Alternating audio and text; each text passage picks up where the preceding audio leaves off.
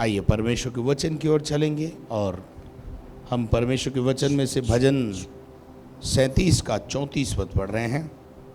और यहोवा की बाट जोता रहे हाँ, और उसके मार्ग पर बना रहे, और वह तुझे बढ़ाकर पृथ्वी का अधिकारी कर देगा। वो तुझे बढ़ाकर पृथ्वी का अधिकारी कर देगा। और जब दुष्ट काट डाले जाएंगे दुष्ट काटे जाएंगे तब तू देखेगा।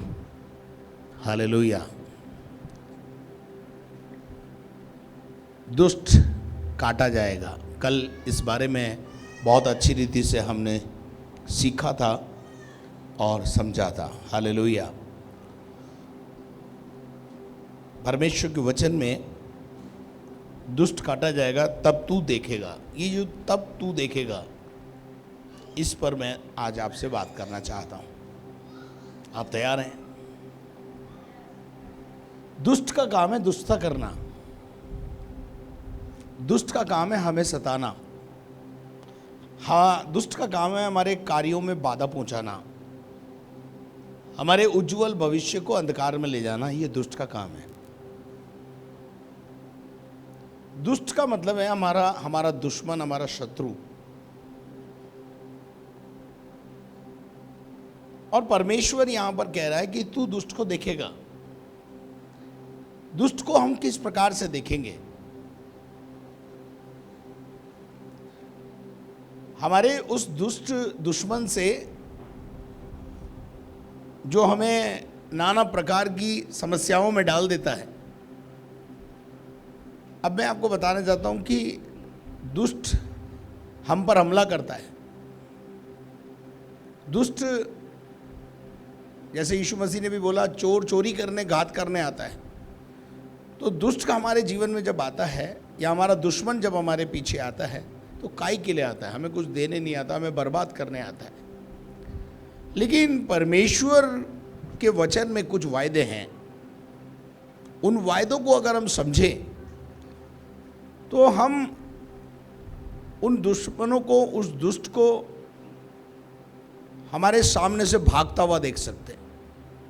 प्रभु हमारे आंखों से हमको दिखाएगा दुष्ट भाग रहा है। उसके लिए आपको क्या करना पड़ेगा? उसके लिए आपके दुश्मन पर आपको भारी पड़ना है, या आपका दुश्मन आपको पीठ दिखा के भागे। इसका मतलब क्या है? आपकी विजय। राइट? लेकिन आपको विजय मिलेगी कैसे?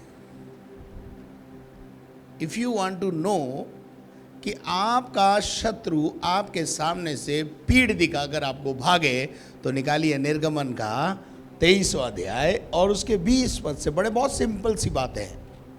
आप ये करेंगे, आपका शत्रु भागेगा, आपको देख के भागेगा। सुन, हाँ, मैं एक दूत तेरे आगे आगे भेजता हूँ, हाँ, जो मार्ग में तेरी रक्षा करेगा। पर पहले ये समझ लीजिए, परमेश्वर ये बातें किनको कह रहा है? ये उन लोगों को कह रहा है जो मिस्र से निकले और कनान जा रहे हैं।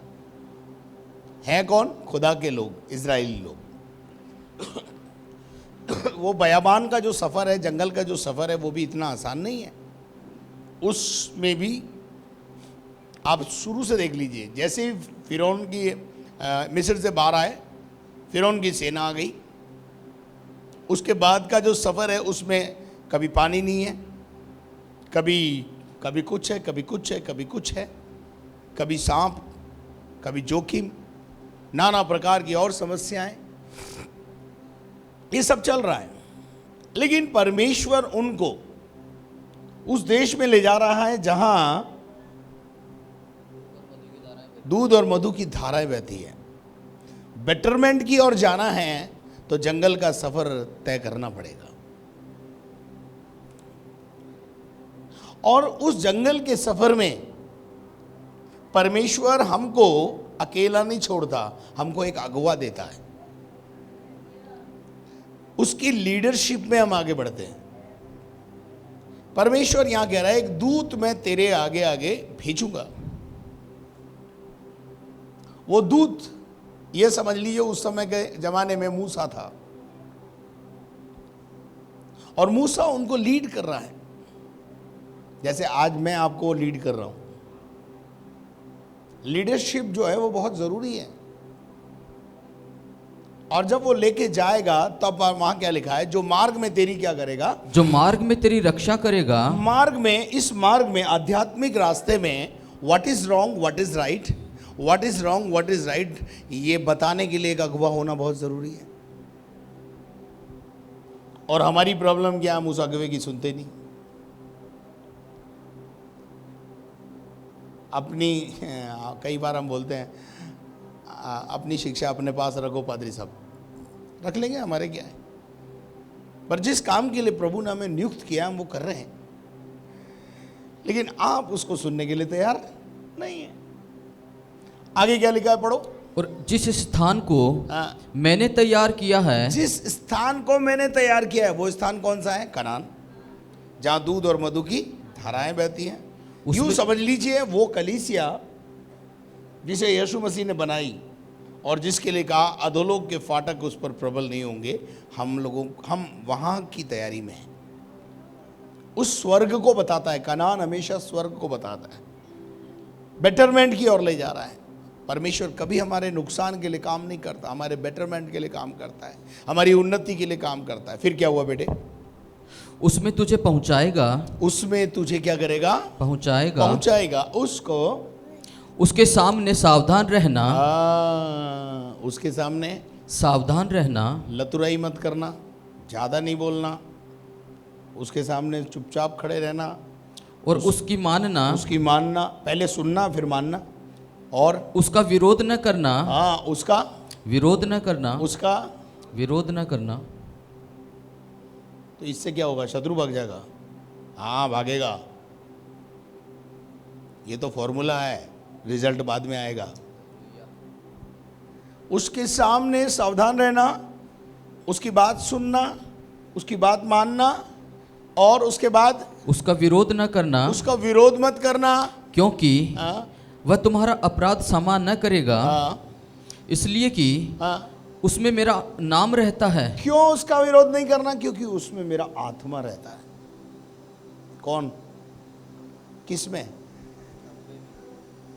अगुवे में, लीडर में। मैं उसे गाइड करता हूं और वो तुम्हें गाइड करता है। जो मैं बताता हूं वो बोलता है वो, इसलिए उसका विरोध मत करो, उसका सामना मत करो, उसकी बात सुनो, उसमें तुम्हारी भलाई है, उसमें मेरा नाम रहता है। चलिए आगे बढ़िए। यदि तू सचमुच उसकी माने, अब यदि तू सचमुच उसकी माने, अब ये सचमुच के साथ अगर झूठ मूठ जोड़ दें तो आपको समझ में जल्दी आ जाएगा। हम पादरी के सामने पादरी को बोलते हाँ हाँ हाँ हाँ हाँ बिल्कुल सही है, आप बिल्कुल सही कह रहे हो, लेकिन जैसे ही बाहर गए हम एक जुमला बोलते, बहुत देखे तुम्हारे जैसे। ये सचमुच और झूठ मूठ हम पास्टर के सामने गर्दन हिलाते हैं, हम ऐसा करेंगे, लेकिन करते नहीं है। इसको बोलते हैं झूठ मूठ। लेकिन अगर तुम सचमुच मानोगे और जो कुछ मैं कहूं, और जो कुछ मैं कहूंगा वह करे, वही करोगे, तो मैं तेरे शत्रुओं का शत्रु, तो मैं अंडरलाइन कर लेना इसको, तो मैं तेरे शत्रु, तेरे विरोधी, तेरा दुश्मन, दुष्ट का जो तुझ पर वार करता है, उसका शत्रु मैं बन जाऊंगा। और तेरे द्रोहियों का द्रोही बनूंगा, तेरे द्रोहियों का द्रोही और शत्रुओं का शत्रु मैं बन जाऊंगा। मैं तेरी रक्षा करूंगा, मैं तेरा रक्षा का ठेका लूंगा, और उसका वार तुझ पे नहीं होगा। क्या आप मेरे साथ हैं? उसके बाद क्या लिखा है, पढ़िए, अभी तो शुरुआत हुई है, अभी तो सिर्फ इस रीति मेरा दूत तेरे आगे आगे चलकर, मेरा दूत तेरे आगे आगे चलेगा, तुझे एमोरी, हित्ती, परिजी, कनानी, हिब्बी और यबूसी लोगों के यहाँ पहुंचाएगा। ये उन जातियों का नाम है जो कनान पर कब्जा करके बैठी हुई हैं। कनान उनका नहीं है, कनान हमारा है, पर कब्जा उन्होंने करा हुआ है। और परमेश्वर ये कह रहा है, मैं उन जातियों को वहां से खदेड़ूंगा और तुमको बसाऊंगा। हालेलुया। वो मेरे लोगों के लिए है। जब इजराइलियों ने, मिस्रियों ने सोचा ये रास्ता जो प्रभु ने खोला है, कौन सा, लाल समुद्र में, हम भी इस रास्ते पे चल पड़ते हैं, तो क्या चल पाए? नहीं चल पाए। जो खुदा ने हमारे लिए खोला है वो हमारा है, लेकिन अगर कोई जबरदस्ती कब्जा भी कर चुका है तो वो खुदा उसे निकालेगा, खदेड़ेगा वहां से। और उसके बाद क्या लिखा है, पढ़ो। और मैं उनका सत्यानाश कर डालूंगा। मैं उनका सत्यानाश करूंगा। तुम्हें हाथ नहीं लगाना है, तुम्हें लड़ाई नहीं लड़नी है, मैं करूंगा, मैं हूं ना। इस लड़ाई में उनको निकालने के लिए हमें कुछ नहीं करना पड़ेगा, हमारी ओर से यहोवा लड़ेगा। हालेलुया। यहोवा अपने आप खदेड़ेगा उनको। आगे, उनके देवताओं को दंडवत न करना। हाँ, जब तुम वहां पहुंचो तो उनके देवी देवता बहुत सारे होंगे, उनको दंडवत मत करना, और ना उनकी उपासना करना, ना उनकी उपासना करना, और ना उनके से काम करना, और ना उनके से काम करना, वरन उन मूर्तों का पूरी रीति से वरन सत्यानाश कर मूर्तियों डालना, को पूरी रीति से नाश कर देना, और उन लोगों की लाठों को टुकड़े टुकड़े कर देना। उनका सत्यानाश करके अलग कर देना। तू अपने परमेश्वर यहोवा की उपासना करना। अब ये काम पहले करना है। पहले पादरी का आदर करना सीखो, उसके बाद आराधना है।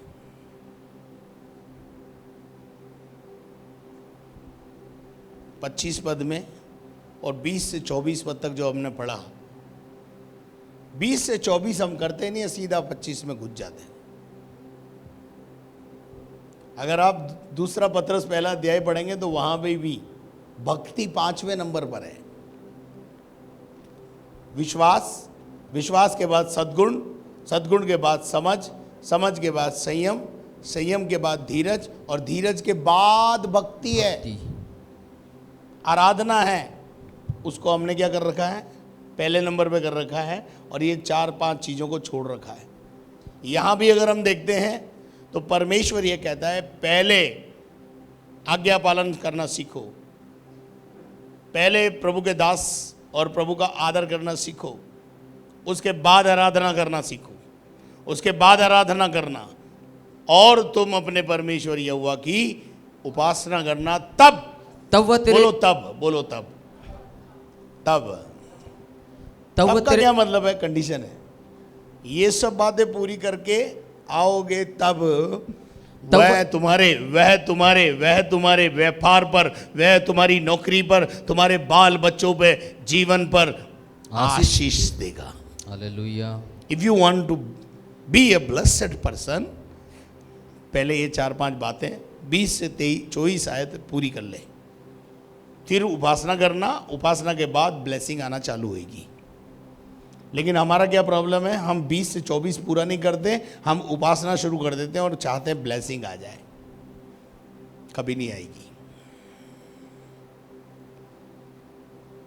पहले वो बातें पूरी करो जो प्रभु चाहता है। यीशु मसीह ने उस बात को इस रीति से कहा, पहले मेरे राज्य और धर्म की खोज करो, तो ये सारी ब्लेसिंग जिसके लिए तुम भाग रहे हो वो तुम्हारे पीछे भागेगी।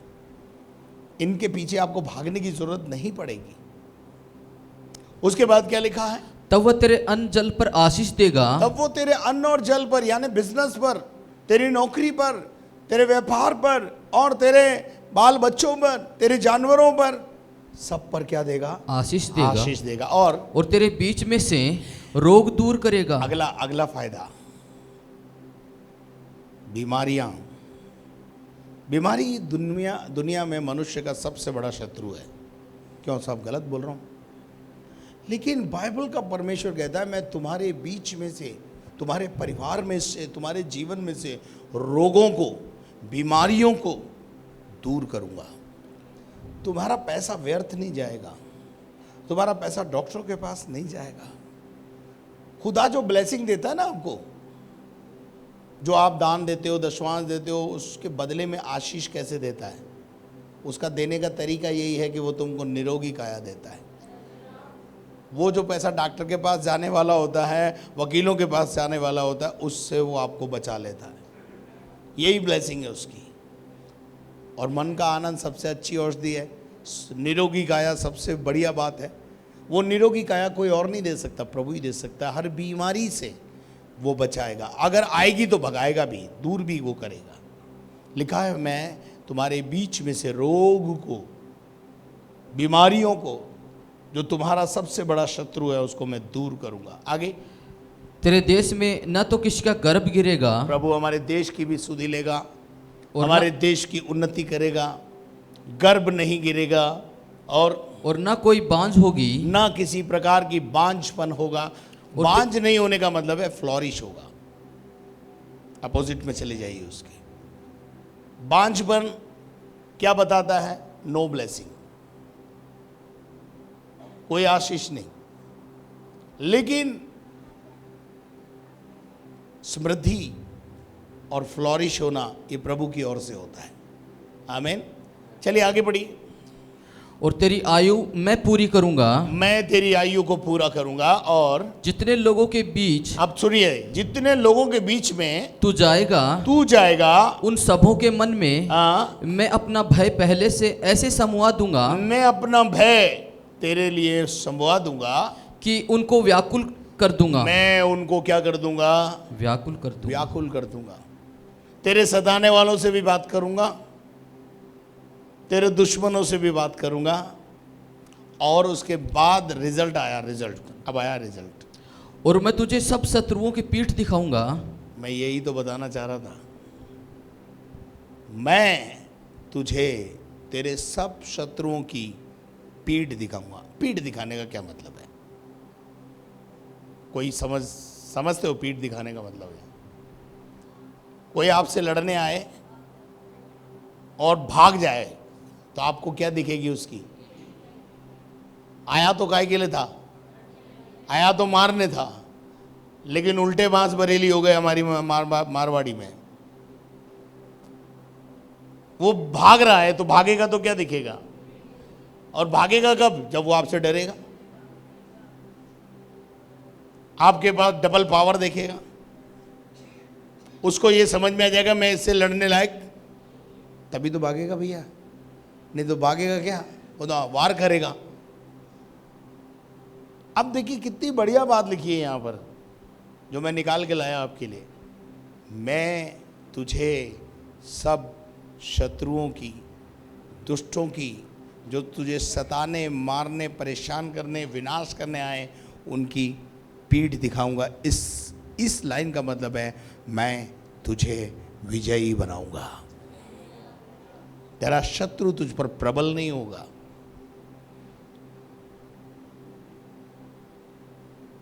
एक और आयत इसी में पढ़ाना चाहता हूं, भजन 81 का 13, 14, 13 और 14। यहां पे भी एक फॉर्मूला है। उसने जो मुझसे तू सिंह और नाग को कुचलेगा। नहीं 81 बोला भाई, तुम 91 पे पहुंच गए।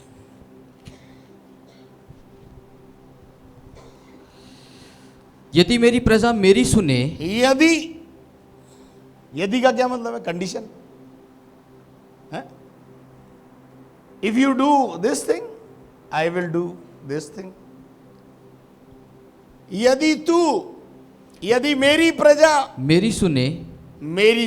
प्रजा की क्या प्रॉब्लम है? प्रजा तो है प्रभु की। सुनते कुछ और हैं, सुनते किसी और की हैं। हमारे कानों में बहुत सारी आवाजें आती हैं, लेकिन किसकी आवाज सुननी है हमको? यीशु मसीह ने कहा अच्छा चरवाहा मैं हूं और मेरी भेड़ें मेरा शब्द। चरवाहे की आवाज भेड़ को पहचानना आना चाहिए। वो जो भेड़ है ना, वो किसी और के पीछे नहीं जाती। भेड़ अपने ही चरवाहे के पीछे जाती है। लेकिन हमारी कलीसिया में, चलो हमारी कलीसिया की बात छोड़ो, हमारी कलीसिया में तो भेड़ें हैं, लेकिन बहुत सी जगह बकरियां भी हैं। कोई भी हाँक के ले जाओ, पर भेड़ कभी भी दूसरे का शब्द नहीं सुनेगी। भेड़ को एक आदत हो गई है कि वो अपने चरवाहे की आवाज सुनना चाहती है। आपको भी हो गई, मुझे पता है, क्योंकि जिस दिन मैं प्रचार नहीं करता हूं उस दिन आपको लगता है हो ले, खालीपन दिखता है। हालांकि जो प्रभु के दास है वो भी प्रचार ही करते हैं, लेकिन एक चरवाहे के साथ एक जो कनेक्शन है जब हो जाता है, उसको समझ में आ जाता है भेड़ को कि ये वाली आवाज़ मेरे चरवाहे की है। और फिर उसके बाद वो किसी का भी भाषण सुन ले,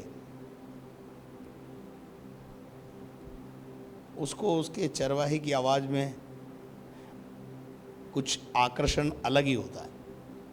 अब यहां पे लिखा है, यदि मेरी प्रजा मेरी सुने, यदि इज़राइल मेरे मार्ग पर चले। दो कंडीशन है यहाँ, पहले हमको उसकी सुनना है और दूसरा इज़राइल मेरे मार्गों पर चले। इज़राइल कौन है? खुदा के लोग, परमेश्वर के बताए हुए मार्ग पर चलें।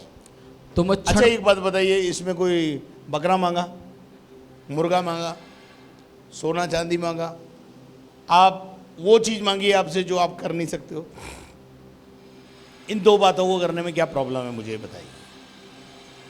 बाइबल में सबसे उद्धार का, नजात का, अपनी समस्याओं से छुटकारे का बाइबल में सबसे सस्ता तरीका है, सरल रास्ता है, जिसे हमने बहुत कठिन बना रखा है। कभी कभी पादरी उसे कठिन बना देते हैं, कभी कभी हम लोग उसे कठिन बना देते हैं, लोगों के सामने इस प्रकार से पेश करते हैं मानो प्रभु के रास्ते पे चलना बहुत मुश्किल है।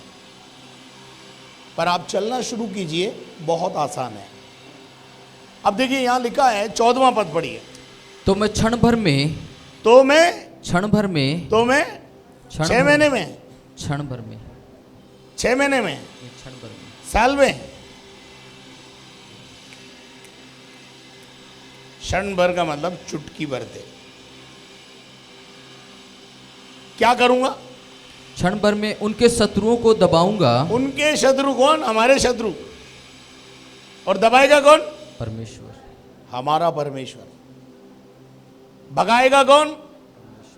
उनकी पीठ हमें दिखाएगा कौन? हमारा परमेश्वर। हमारा शत्रु हम पर कभी प्रबल नहीं हो सकता,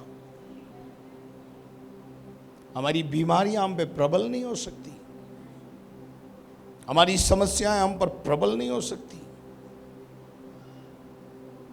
हमारा प्रभु हमारे शत्रुओं को दबा देगा, उनका नाम और निशान नहीं दिखाई देगा आपको।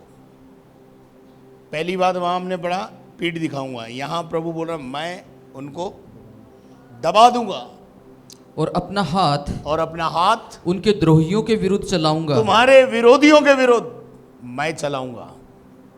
कौन? यहोवा। लेकिन शर्त क्या है? मेरी प्रजा, मेरी प्रजा। 13वां पद में क्या लिखा है? मेरी प्रजा, मेरी प्रजा मेरी सुने। अब बस सुनने में रुचि रखो, उसकी सुनो। प्रभु बोल, तेरी दासी सुनती है। और जो इस प्रकार से अपने जीवन को चलाएगा, उसके शत्रुओं को प्रभु दबाएगा। समझ में आया कि नहीं? नहीं आया? अगर आप अपने शत्रुओं पर विजय पाना चाहते हैं, सिंपल फॉर्मूले हैं। कोई बड़ी बात, कोई कुर्बानी करने की जरूरत नहीं है, कोई बलिदान करने की जरूरत नहीं है, कोई धर्म बदलने की जरूरत नहीं है, कोई पहाड़ पे जाके बैठने की जरूरत नहीं है, कोई सफ़ेद कपड़ा पहनने की या भगवा कपड़ा पहनने की जरूरत नहीं है, कुछ करने की जरूरत नहीं है। सिर्फ मन का कनेक्शन प्रभु के साथ जोड़ने की जरूरत है। वचन कहता है, तब दुष्ट काट डाले जाएंगे और तू उनको देखेगा, तू उनकी पीठ को देखेगा। आशा करता हूं आपको समझ में आया होगा। निकाल के पढ़िएगा सबोपदेशक 7 अध्याय उसका 17 पद।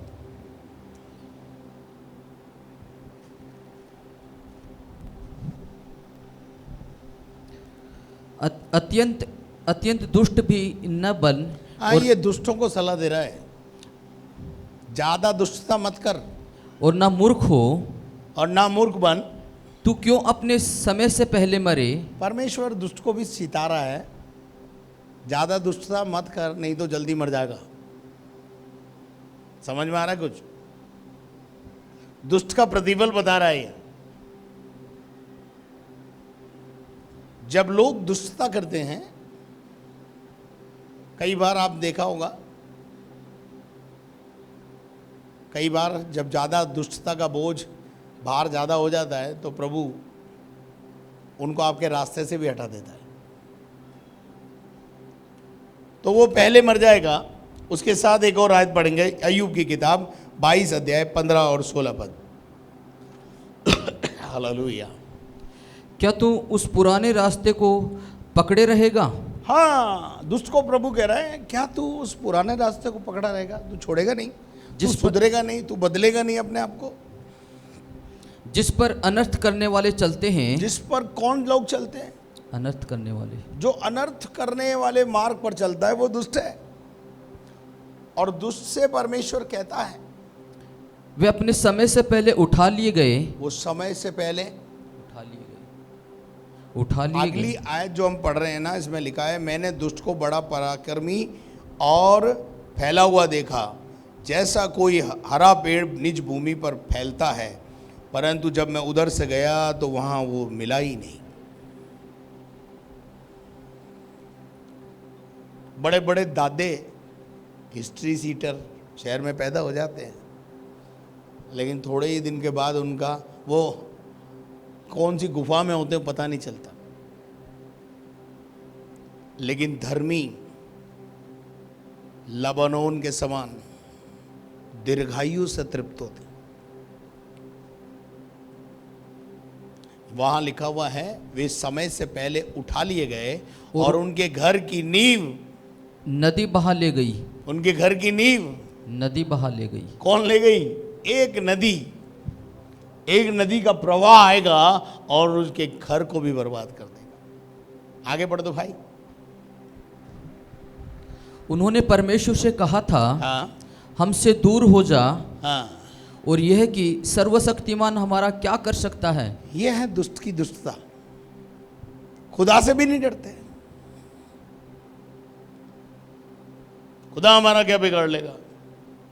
कई बार आपके पति बोलते होंगे, थारो खुदा, तेरा खुदा कहाँ गया आप? उनको बोलो कि मेरे खुदा को चैलेंज मत करो, मेरे खुदा को चुनौती मत दो।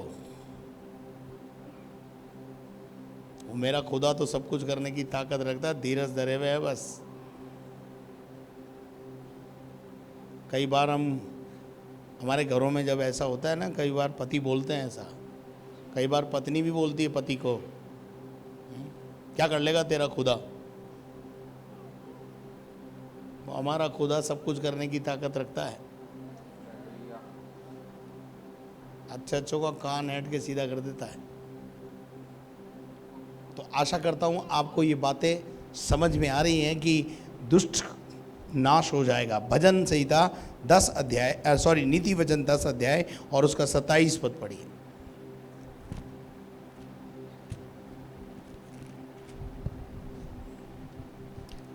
यहोवा का भय मानने से हाँ, आयु बढ़ती है। यहोवा का भय मानने से आयु बढ़ती है। दीर्घायु मिलती है। उम्र को प्रभु बढ़ाता है। परंतु दुष्टों का जीवन थोड़े ही दिनों का होता है। थोड़े ही दिनों का होता है। कभी कभी आपने देखा होगा लंबा भी चलता है। तो लंबा चले तो डरना मत। मैं पूर्व में आपको बता चुका हूं, दुष्ट भले ही कितना फले फूले, कटनी तक दोनों साथ बढ़ सकते हैं। कटनी तक दोनों साथ बढ़ सकते हैं। कटनी तक भी प्रभु उसको क्यों नहीं काटता है? इसलिए कि वो अच्छे दाने को नुकसान ना पहुंच जाए, इसलिए वो उसको ऊपर अनुग्रह कर देता है। उसको बोलता है बढ़ने दे इसको। लेकिन उसके बाद एक समय आता है लाइफ में जब सबसे पहले दुष्ट काटा जाएगा, आग में झोंका जाएगा।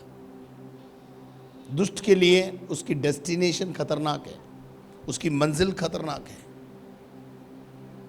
हम दुष्टता में पांव ना रखें, दुष्टता में अपना जीवन ना जिए। अब अंतिम बात, एक और बात बोलूंगा बस। अब आपके समझ में ये नहीं आ रहा कि दुष्ट कौन है। प्रचारक भी दुष्ट हो सकते हैं। दुष्ट से परमेश्वर कहता है, तू मेरी बातों का बयान क्यों करता है? बहुत सारी जगह परमेश्वर का वचन हमें ऐसा कहता है कि दुष्ट से परमेश्वर कहता है कि तू मेरी बातों का बयान क्यों करता है, तू मेरी बातों को क्यों बताता है, क्यों सुनाता है। पढ़िएगा भजन 50 का 16।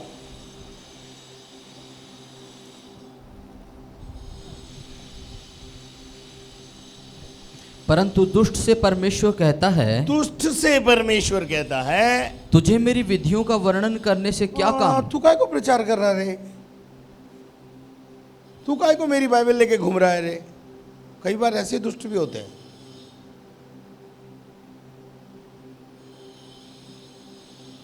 अब मैं आपको और थोड़ा सा क्लियर कर देता हूं। उर्दू में दुष्ट को, दुष्ट शब्द की जगह लिखा है शरीर से खुदावंद फरमाता है। यानी जो शरीर में है, जो शरीर की चिंता करता है, जो शारीरिक बातों पर मन लगाता है, वो दुष्टता की श्रेणी में आता है। समझ में आ रही बात? इसलिए बहुत जरूरी है नए सिरे से जन्म लेना। नए सिरे से जन्म लेना, आत्मा से जन्म लेना, ये बहुत जरूरी है। क्योंकि जब आप आत्मा से जन्म लोगे तब आपको आत्मा की बातें समझ में आने लगेगी। और अगर आप आत्मा से जन्म नहीं लोगे तो वो बपतिस्मा भी आपको ऐसा लगेगा कि मैं अपनी माँ की कोख में वापस जाऊं और वापस बाहर आऊं क्या। निकोदेमुस की तरह बातें करते रह जाओगे आप। निकोदेमुस दुनिया का सबसे बुद्धिमान व्यक्ति है, पढ़ा लिखा है, अच्छे पद पर है, लेकिन ये आत्मिक बात समझने के लिए आपको आत्मा में जन्म लेना होगा। शरीर से आप, मांस और लहू से आप कभी प्रभु को और उसकी वचन को नहीं समझ सकते। पतरस से यीशु मसीह ने पूछा, लोग मेरे विषय में क्या कहते हैं? कहा जी कोई नबी बोलता, को कुछ बोलता, को कुछ बोलता। यीशु मसीह ने बताया, तुम क्या कहते हो? पतरस ने उत्तर दिया, तू जीवते परमेश्वर का पुत्र मसीह है। यीशु मसीह ने उसे क्या कहा? पतरस, मांस और लहू से ये बात नहीं समझी जाती। गलतियों 1:16 पढ़ो, बहुत अच्छी आयत है गलतियों 1:16। आपको जब सलाह की जरूरत हो तो आत्मिक लोगों के पास जाओ, संसारिक और शारीरिक लोगों के पास मत जाओ। जब इच्छा हुई कि मुझ में अपने पुत्र को प्रकट करे, पौलुस कहता है जब परमेश्वर को यह इच्छा हुई कि मुझ में यीशु मसीह को प्रकट करे, कि मैं अन्य जातियों में जाकर उसका सुसमाचार सुनाऊं, तो ना मैंने मांस और लहू से तो सलाह जब ली। ये प्रयोजन मेरे पास आया, ये ऑफर मेरे पास आया कि आई वॉन्ट यू, मुझे तेरा जीवन चाहिए ताकि मैं तेरे अंदर रहकर अन्य जातियों के बीच में प्रचार करूं, तो पौलुस बहुत बढ़िया बात बोलता है, तो मैंने मांस और लहू से यानी संसारिक लोगों से सलाह नहीं ली, शारीरिक लोगों से सलाह नहीं ली, मैं आत्मिक लोगों से मिला। जब मरियम के पास यह प्रयोजन आया कि तू गर्भवती होगी और तेरे एक बेटा उत्पन्न होगा, यह बात मरियम को के समझ से परे थी।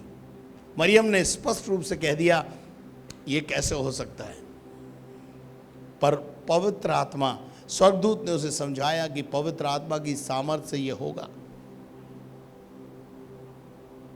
और पवित्र आत्मा ने उसे यह भी बताया कि तेरी एक कुटुंबनी है जिसका नाम इलीशिबा है।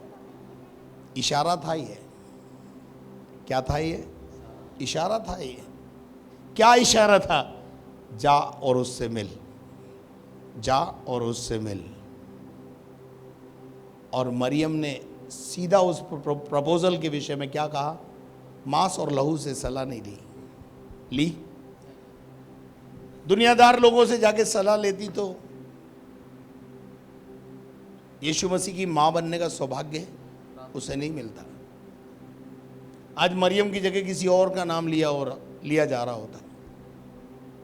लेकिन मांस और लहू से सलाह लेने वालों, शरीर में चलने वालों, शारीरिक लोगों से सलाह लेने वालों, सावधान हो जाओ, ये तुम्हें मरवा देंगे। पौलुस ने कहा मैंने सलाह नहीं ली, एक और उदाहरण मैं बाइबल में से दे देता हूँ। जब अब्राहम को परमेश्वर ने 22वें अध्याय उत्पत्ति के 22वें अध्याय में कहा, जिससे तू बहुत ज़्यादा प्यार करता है उसे मौर्य देश में ले जाकर एक पर्वत पर बलिदान कर दे, तो अब्राहम ने अगर अपनी पत्नी से सलाह ली होती, हाँ भैया, बोले ठहरो मैं अपनी पत्नी से पूछ लूं कि बेटा मांग रहा है, खुदा दे दूं क्या, तो क्या होता बताओ? कुर्बानी हो ही नहीं सकती थी। क्या पत्नी तैयार हो जाती इस बात के लिए? वेट नहीं किया उसने, वहां लिखा है रात को दर्शन देखा, तड़के उठा और चल पड़ा, कहीं जाके सलाह नहीं ली उसने। अगर वो दुनियादार लोगों से सलाह लेता, यदि वो सारा से भी सलाह लेता, तो मेरे को नहीं लगता कि सारा उसको इस काम में साथ देती। सारा जो है उसको किसी भी रीति से इस काम को नहीं करने देती। कई बार जब प्रभु का प्रयोजन आपके पास आए तो आत्मिक लोगों से सलाह लो, संसारिक और शारीरिक लोगों से सलाह मत लो जो परमेश्वर की दृष्टि में दुष्ट है। दुष्ट और धर्मी दो ही प्रजाति है धरती पर। एक वो हैं जो आत्मा से जन्मे हैं, वो धर्मी हैं। एक वो हैं जिन्होंने आत्मा से अभी तक जन्म नहीं लिया, वो अभी भी शारीरिक हैं, संसारिक हैं और बुद्धि के अनुसार अपना जीवन जीते हैं। आप यदि अपने शत्रुओं की पीठ देखना चाहते हो तो खुदा की सुनना शुरू कर दो। यदि आप अपने शत्रुओं पर प्रबल होना चाहते हो तो खुदा का रास्ता पकड़ लो, तौबा कर लो, आत्मिक रैलम में चलो, क्योंकि जो शरीर पर मन लगाता है वो मृत्यु को प्राप्त होता है, परंतु जो आत्मा पर मन लगाता है वो अनंत जीवन में जाता है। प्रभु ऐसा करने की आपको बल दे। आइए अपने स्थान पर खड़े हों और प्रभु से बोले, प्रभु हमें बल, शक्ति और सामर्थ्य